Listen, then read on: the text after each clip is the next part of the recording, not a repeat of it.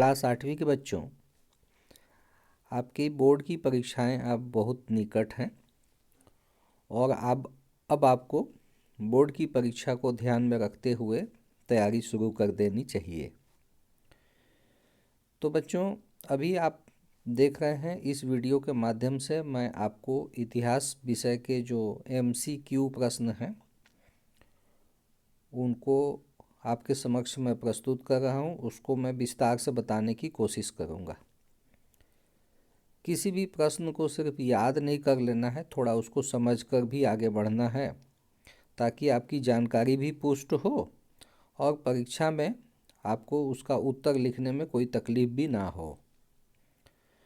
तो बच्चों, आपके इतिहास विषय के जो सिलेबस है उसमें थोड़ी कटौती की गई है। आपको मैं बता दिया हूँ पहले भी कि आपको chapter number 1, chapter number 7, chapter number 10 और 11 याद रखिएगा। चैप्टर नंबर 1, 7, 10 और 11 इस 4 चैप्टर को विलोपित कर दिया गया है।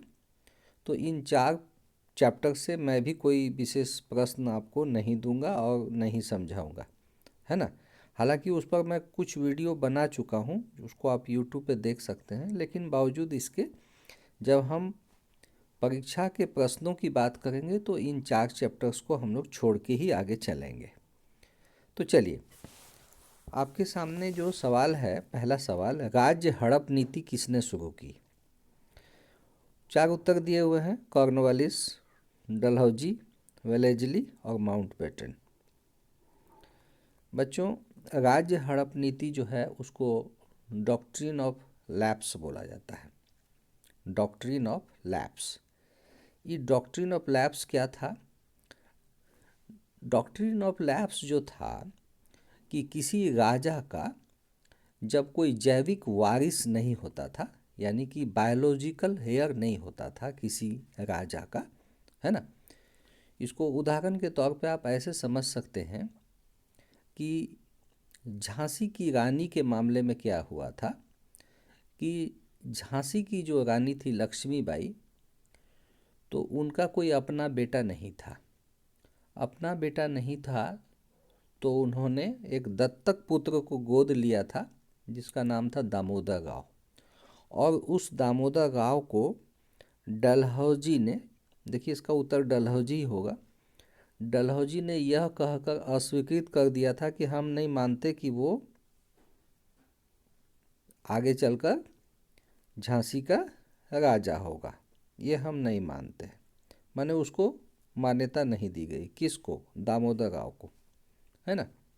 तो बच्चों, राज्य हड़प की जो नीति है ना, वो डलहौजी के द्वारा चलाई गई थी। डलहौजी भारत में आया था 1848 में और 1856 तक वह भारत में रह गया था।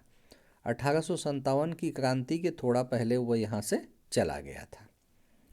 और बच्चों देखिए, ऐसे मैं आपको झांसी के बारे में बताया ज़रूर, लेकिन झांसी के पहले और भी कई राज्य हैं और भी कई राजा हैं जिनके राज्य को डलहौजी ने हड़प लिया था। जैसे कि आपको याद रखना चाहिए 1848 में सतारा को, 1849 में संबलपुर को, और उसी तरह से 1849 में ही धर्मजयगढ़ जो छत्तीसगढ़ में है उसको उदयपुर के नाम से जानते हैं। वो राजस्थान वाला उदयपुर नहीं, है ना।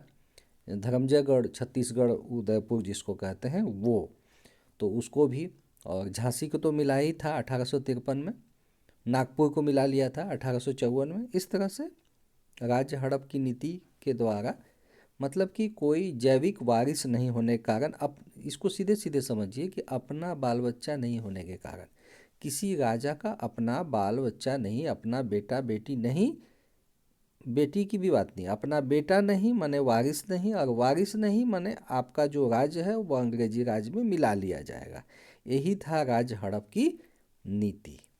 ठीक है बच्चों, यहाँ कुछ नाम और आए हैं तो उसके बारे में भी हम लोग थोड़ा फटाफट चर्चा कर लेते हैं। जैसे कॉर्नवालिस का नाम आया है, तो बच्चों आपको बता देते हैं कि कॉर्नवालिस जो है ना, वो 1786, थोड़ा पहले की बात है ये, 1786 में भारत आ गए थे और 1793 तक भारत में रहे थे। और इनका संबंध जो है ना स्थायी बंदोबस्ती से, अस्थाई बंदोबस्ती क्या मतलब, जो लैंड है ना, ज़मीन है ना, उस ज़मीन के परमानेंट सेटलमेंट से इनका नाम जुड़ा हुआ है। मतलब कि उसके पहले भारत में जो ज़मीन होता था, ज़मीन का कागजात वगैरह किसी का अपना नहीं होता था, बस मान लिए जाते थे कि हाँ ये मेरा खेत है, वो उसका खेत है ना। अस्थाई बंदोबस्ती जब हुई तो किसानों के नाम से पट्टा बनाया गया, कागज़ बनाया गया, और कागज़ मतलब डॉक्यूमेंट अवेलेबल कराया गया कॉर्नवालिस के ज़माने में, ठीक है। और जहाँ तक वेलेजली की बात है ना, तो वेलेजली इसका संबंध जो है ना सब्सिडियरी अलायंस से है। मेरे पुराने वीडियोस को देखने का कोशिश कीजिएगा, इन्होंने सहायक संधि चलाई थी।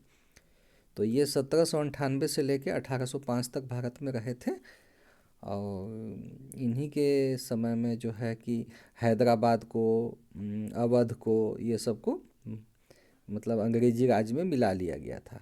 और मैसूर के साथ तो कई युद्ध भी हुए थे, और टीपू सुल्तान इन्हीं के समय में मारा गया था। किसके समय में? वेलेजली के समय में। और माउंट बेटन तो स्टूडेंट्स एकदम भारत की आज़ादी के समय की बात है। माउंट बेटन मतलब बहुत नई बात है ये। माउंट बेटन का नाम यहाँ नहीं आना चाहिए था, ये गलत है। वेलेजली भी गलत है, कॉर्नवालिस भी गलत है। इसका उत्तर होगा डलहौजी। ठीक है स्टूडेंट्स, फिर से एक बार सुन लीजिए। राज हड़प नीति किसने शुरू की, यानी कि डॉक्ट्रिन ऑफ लैप्स किसने शुरू की, तो आप कहिएगा डलहौजी। वही डलहौजी जो 1848 से लेके 1856 तक भारत में रहा।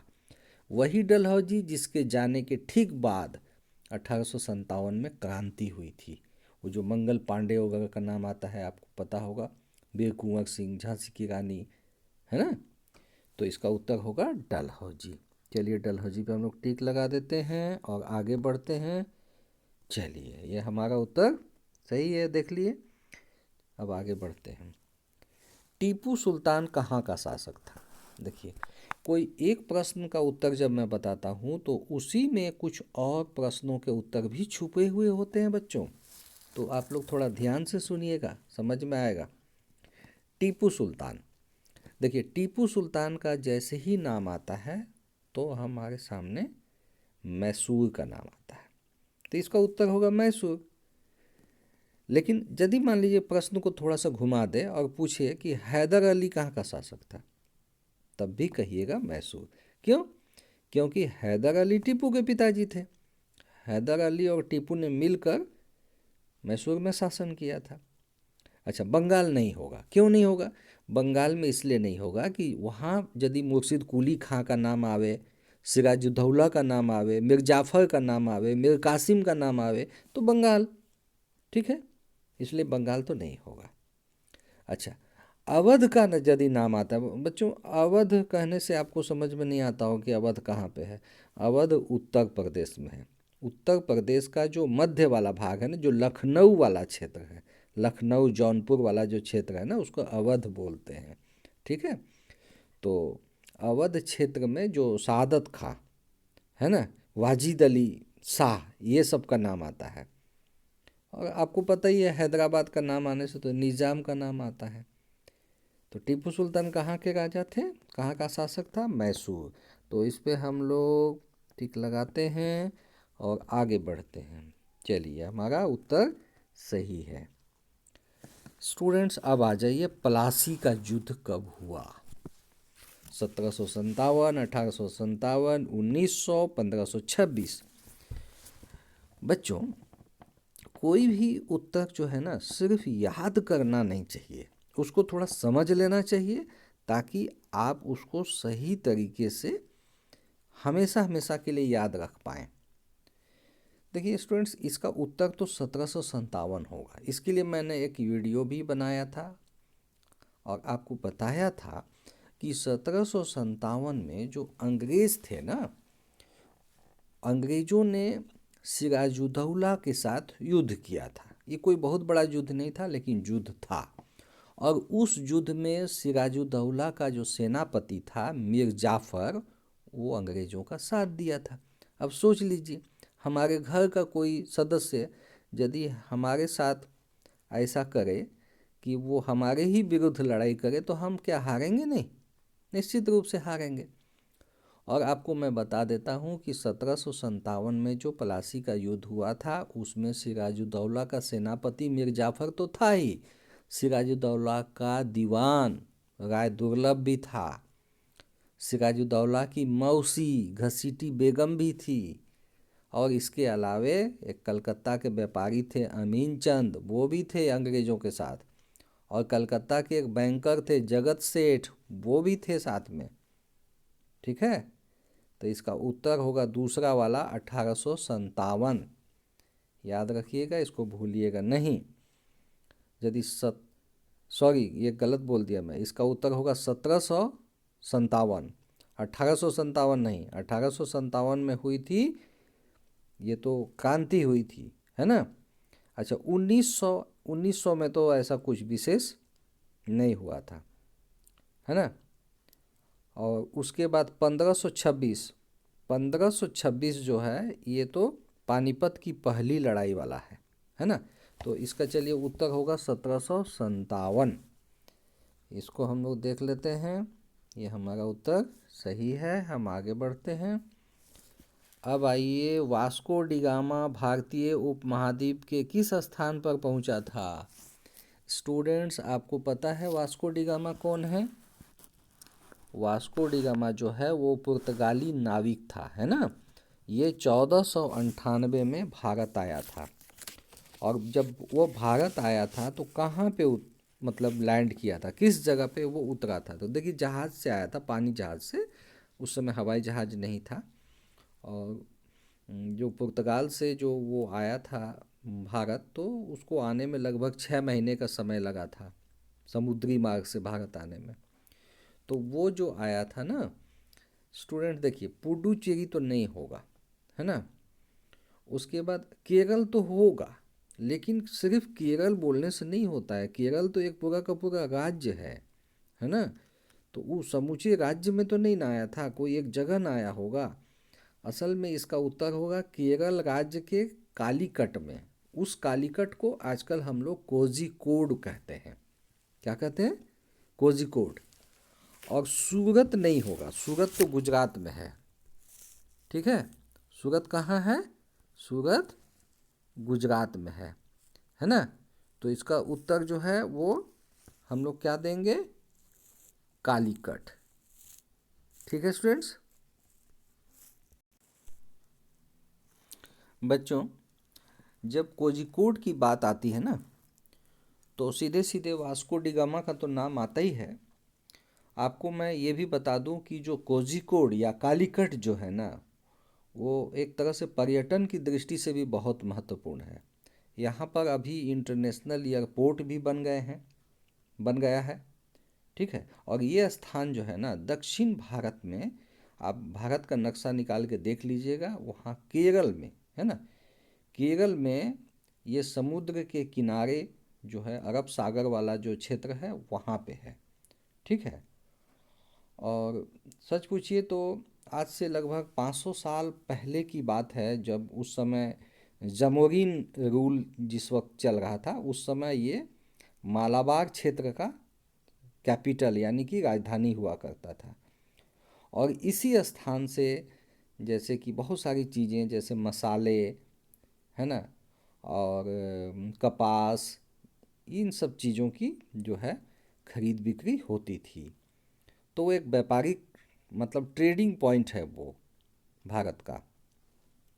ठीक है स्टूडेंट्स, तो चलिए कालीकट को हम चिन्हित करते हैं और आगे बढ़ जाते हैं। ये सही है उत्तर। अब आगे है बच्चों, ईस्ट इंडिया कंपनी की स्थापना कब हुई थी।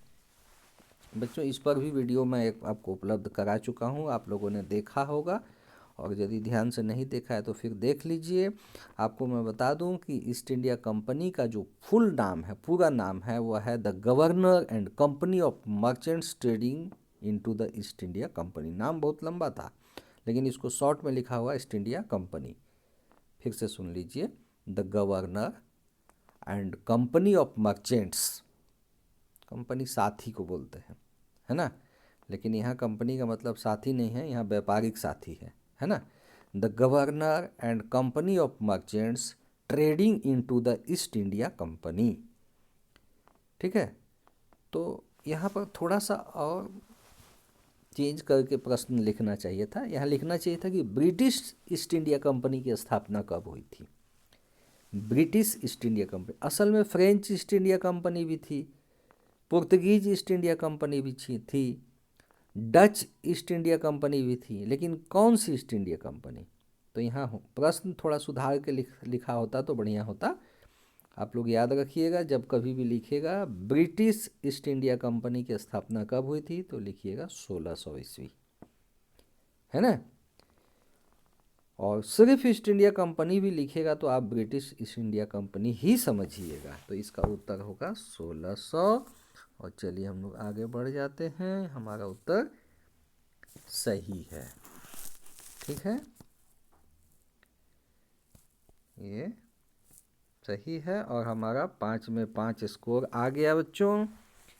तो इसी तरह से आपको तैयारी करते रहना है और आगे बढ़ना है। ठीक है स्टूडेंट्स, बच्चों चैप्टर नंबर 2 से कुल 5 सवाल मैंने समाहित किए। अब चलिए हम लोग चैप्टर नंबर 3 से देखते हैं। तो इसी तरह से हम लोग कुछ कुछ प्रश्न हल करते जाएंगे। अगला सवाल है, भारत में पहला चाय बागान कब लगा।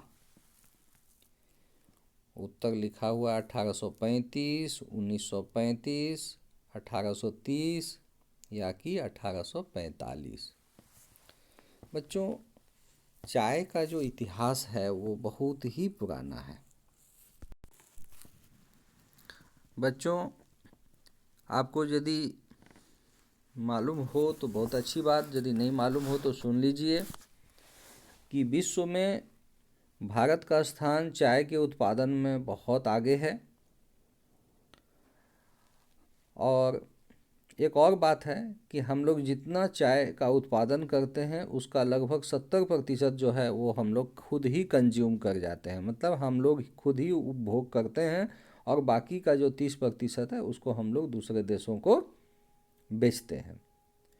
बच्चों आपको बता दूं कि भारत में जो चाय होता है उसकी 2 किस्में होती है, एक को हम लोग आसाम चाय बोलते हैं और दूसरे को हम लोग दार्जिलिंग चाय बोलते हैं। और सच पूछिए तो चाय की जो खेती है भारत में वो ब्रिटिश कॉलोनियल रूल से जुड़ी हुई है।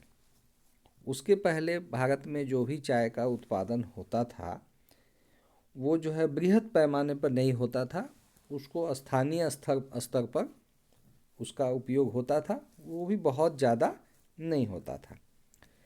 बाद में चीन से भी बीज वगैरह लाए गए और भारत में बड़े पैमाने पर चाय की खेती अंग्रेजों ने शुरू की। ठीक है, बाद में तो देखिए श्रीलंका में, जिसको सिलोन बोलते हैं, वहाँ पर भी चाय की खेती बड़े पैमाने पे हुई। तो चलिए ऐसे कोई एग्जैक्ट तिथि तो है नहीं कि भाई कब से शुरू हुआ, लेकिन मूलतः हम लोग 1835 का साल को मानते हैं जबकि भारत में चाय बागान लगा था। तो चलिए 1835 को हम क्लिक करते हैं, ये उत्तर हमारा सही है। ठीक है स्टूडेंट्स, अब नेक्स्ट आगे बढ़ते हैं। चलिए अगला सवाल है, रैयतवाड़ी व्यवस्था किस क्षेत्र में लागू की गई थी। रैयतवाड़ी व्यवस्था, बच्चों जब कभी भी रैयतवाड़ी व्यवस्था की जो नाम आता है तो आप पहले समझने की कोशिश कीजिए कि ये जो रैयतवाड़ी व्यवस्था है वो है क्या चीज़। तो बच्चों रैयतवाड़ी व्यवस्था को समझने से पहले यदि मैं ज़मींदारी व्यवस्था आपको बता दूं तो रैयतवाड़ी व्यवस्था को आप ठीक से समझ लेंगे।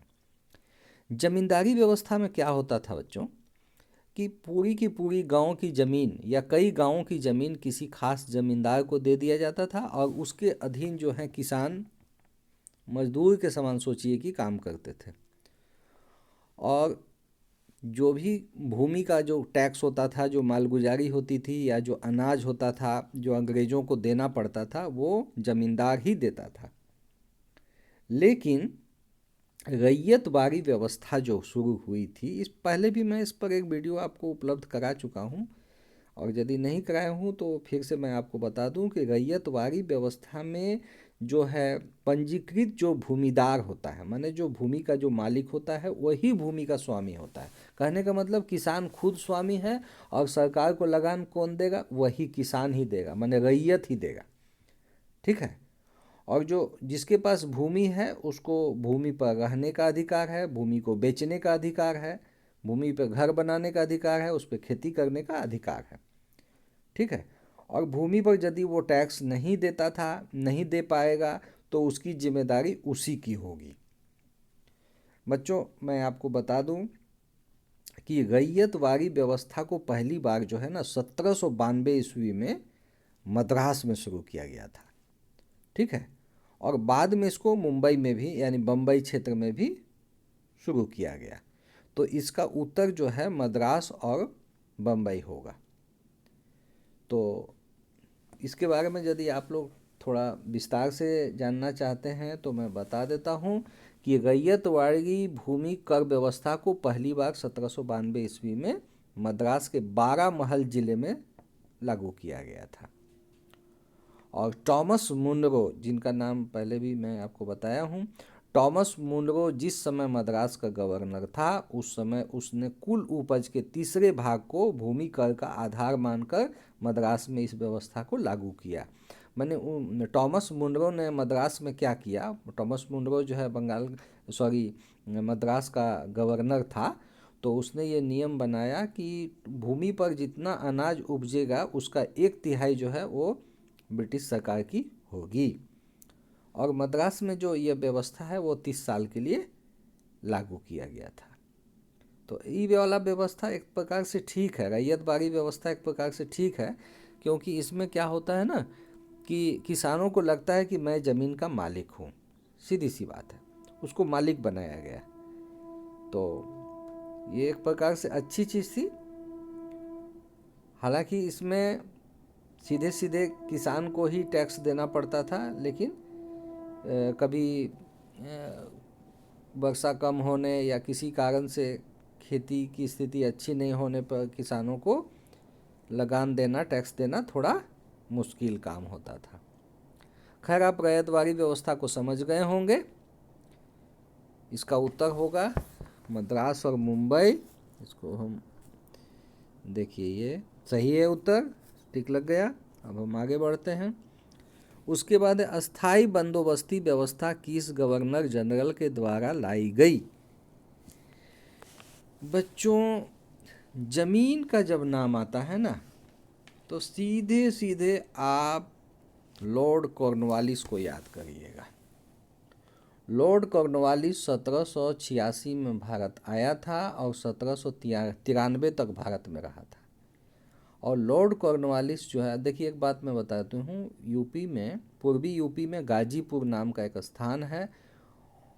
उस गाजीपुर में लॉर्ड कॉर्नवालिस की समाधि है। मतलब इतने सारे गवर्नर जनरल भारत में हुए, लेकिन लॉर्ड कॉर्नवालिस ही एक ऐसा व्यक्ति है, एक ऐसा गवर्नर जनरल है जो भारत में मर जाता है ना। और मर जाने के बाद उनकी डेड बॉडी को इंग्लैंड नहीं ले जाना संभव होता है, और लॉर्ड कॉर्नवालिस की समाधि है गाजीपुर यूपी में, याद रखिएगा।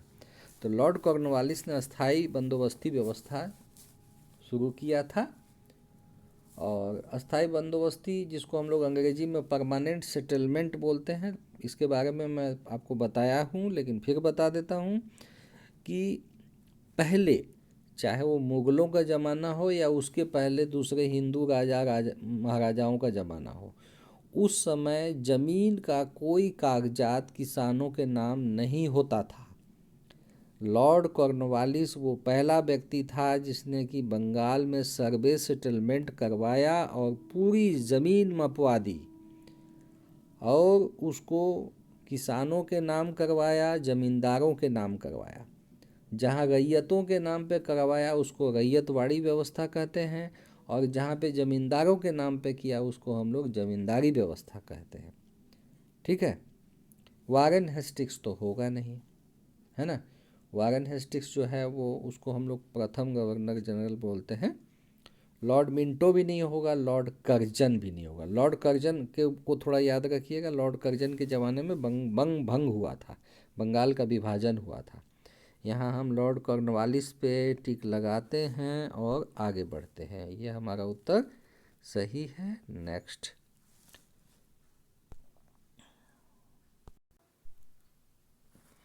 बच्चों, धन निकासी का जो सिद्धांत है इसको हम लोग दादा भाई नौरोजी से जोड़ते हैं। तो सिर्फ याद कर लीजिएगा कि धन निकासी का सिद्धांत दादा भाई नौरोजी, तो ऐसे नहीं होगा, थोड़ा उसके बारे में आप जानिए। दादा भाई नौरोजी जो हैं उन्होंने सन 1901 में किताब लिखी थी। क्या लिखी थी? किताब। उस किताब का नाम क्या था? हिंदी में यदि हम कहेंगे तो उस किताब का नाम था धन निष्कासन सिद्धांत, जिसको अंग्रेजी में आप ड्रेन थ्योरी भी बोल सकते हैं। उन्होंने जो किताब लिखी उसका नाम दिया poverty and un British rule in India. Poverty, POVERTY, poverty and un British, UNBRITISH, British, है ना। Poverty and un British rule in India 1901 में किताब लिखी, जिसको ड्रेन थ्योरी बोलते हैं। अब सवाल उठता है कि ये ड्रेन थ्योरी क्या है जी? तो ध्यान से सुनिए। जो ब्रिटिश शासक थे ना, वो भारतीयों को बलपूर्वक यानी कि जबरदस्ती बहुत सी वस्तुएं यूरोप को निर्यात के लिए बाध्य करते थे। यूरोप यानी ब्रिटेन को।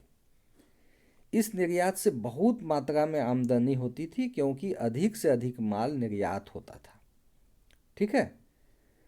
पर इस अतिरिक्त आय से ही अंग्रेज व्यापारी ढेर सारा माल खरीदकर उसे इंग्लैंड और उसकी दूसरी जगहों में भेज देते थे। मतलब जो एक्स्ट्रा इनकम होता था ना, सरप्लस इनकम होता था, उससे और भी ढेर सारा माल खरीद के इंग्लैंड और दूसरी जगहों में भेज देते थे। ठीक है। इस प्रकार अंग्रेज दोनों तरफ से संपत्ति प्राप्त कर रहे थे। ठीक है। इन व्यापारों से भारत को कोई भी धन प्राप्त नहीं होता था। साथ ही साथ भारत से इंग्लैंड जाने वाले अंग्रेज भी अपने साथ बहुत सारे धन ले जाते थे।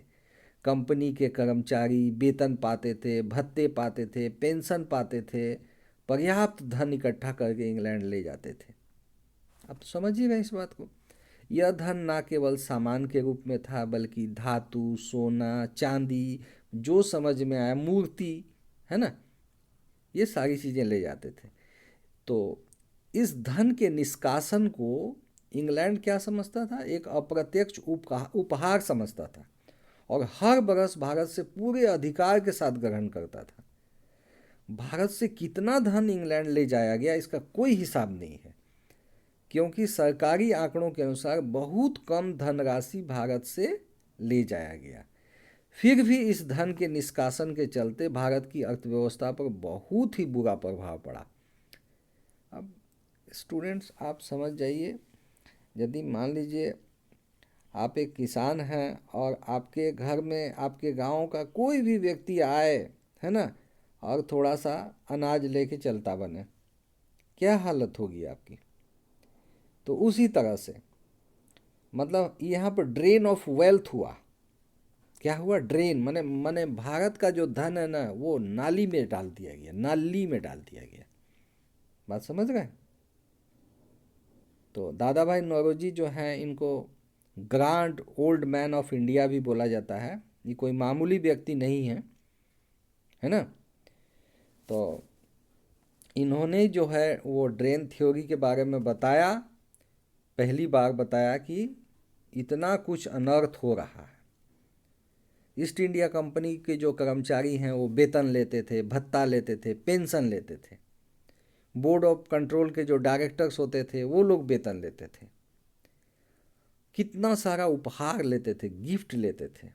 निजी व्यापार जो करते थे वो लोग, अपना पर्सनल व्यापार करते थे, उसका प्रॉफिट ले जाते थे। ठीक है। भारतीय सेना का जो उपयोग करते थे ना, तो उस पर जो बजट पर खर्च होता था वो भी तो एक प्रकार से ड्रेन ही है, पैसा का ड्रेन है, और क्या है।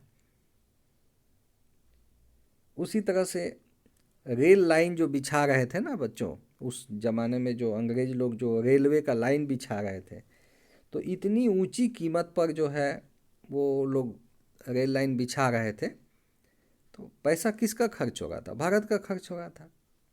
ठीक है, तो ये जो धन निष्कासन जो हुआ, माने ड्रेन ऑफ वेल्थ हुआ भारत का, उसका भारत पर बहुत बुरा प्रभाव पड़ा।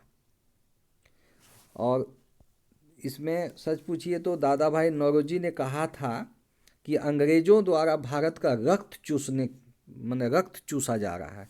माने अंग्रेज क्या कर रहे हैं कि भारत का खून चूस रहे हैं। खून चूसना मतलब एक मुहावरा है, लेकिन ये एकदम बिल्कुल सही है कि अंग्रेज जो हैं कई तरह से भारत का पैसा ले जाते थे। आज मान लीजिए कोई भी ऑफिसर है, उसको यदि मतलब वो काम करता है तो उसके बदले उसको वेतन मिलता है ना, उसको वेतन मिलता है। लेकिन यहाँ तो उपहार, इतना सारा गिफ्ट, सोना चांदी हीरे जवाहरात, क्या क्या ले जाते थे वो लोग यहाँ से। और इसको ले जाने के में वो लोग को कुछ भी बुरा नहीं लगता था, बेशर्मी से ले जाते थे, बेशर्म होके ले जाते थे। बात समझ रहे हैं? इसी को बोलते हैं धन निष्कासन का सिद्धांत। तो जब कभी भी धन निष्कासन का सिद्धांत आएगा, आप याद रखिएगा ड्रेन थ्योरी या ड्रेन ऑफ वेल्थ, है ना। और दादा भाई नौरोजी को याद कीजिएगा, आप अपना गूगल पे दादा भाई नौरोजी को सर्च भी कीजिएगा, ठीक है। और ये जो पुस्तक लिखे थे वो सन 1901 में लिखे थे, वो भी याद रखिएगा। और फिर से याद रखिएगा, किताब का नाम poverty and un British rule in India. British rule नहीं, अन ब्रिटिश, ठीक है बच्चों। बाल गंगाधर तिलक इसका उत्तर नहीं होगा, लेकिन इनके बारे में डिटेल्स अभी मैं कुछ नहीं बताने जा रहा हूँ। मोतीलाल नेहरू जी को तो आप जानते हैं, जवाहरलाल नेहरू के पिताजी। भगत सिंह क्रांतिकारी थे, पता है, सेंट्रल हॉल में जिन्होंने बम फेंका था, बाद में इनको फांसी हुई थी। तो चलिए दादा भाई नौरोजी पे हम लोग टिक लगाते हैं और आगे बढ़ते हैं। उत्तर हमारा सही है। उसके बाद है बक्सर का युद्ध कब लड़ा गया? बच्चों बक्सर का युद्ध 1764 में लड़ा गया था। 1757 में प्लासी का युद्ध, 1761 में पानीपत का तीसरा युद्ध, 1764 में बक्सर का युद्ध, ठीक है। तो इसका उत्तर होगा 1764। 1857 की क्रांति तो अलग चीज़ है, 1900 में तो ऐसा कोई युद्ध हुआ नहीं था। तो चलिए 1764, इसको हम आगे बढ़ाते हैं, ठीक है। नेक्स्ट बढ़ते हैं। हमारा 5 में 5 स्कोर इसमें भी है। तो इस प्रकार से बच्चों मैंने आपको कुछ प्रश्नोत्तर वगैरह बनाने में सहयोग किया है, इसको ध्यान रखिएगा। और इसी तरह से मैं आपको MCQ सवाल लगातार देता रहूँगा और उसको विस्तार से समझाता भी रहूँगा।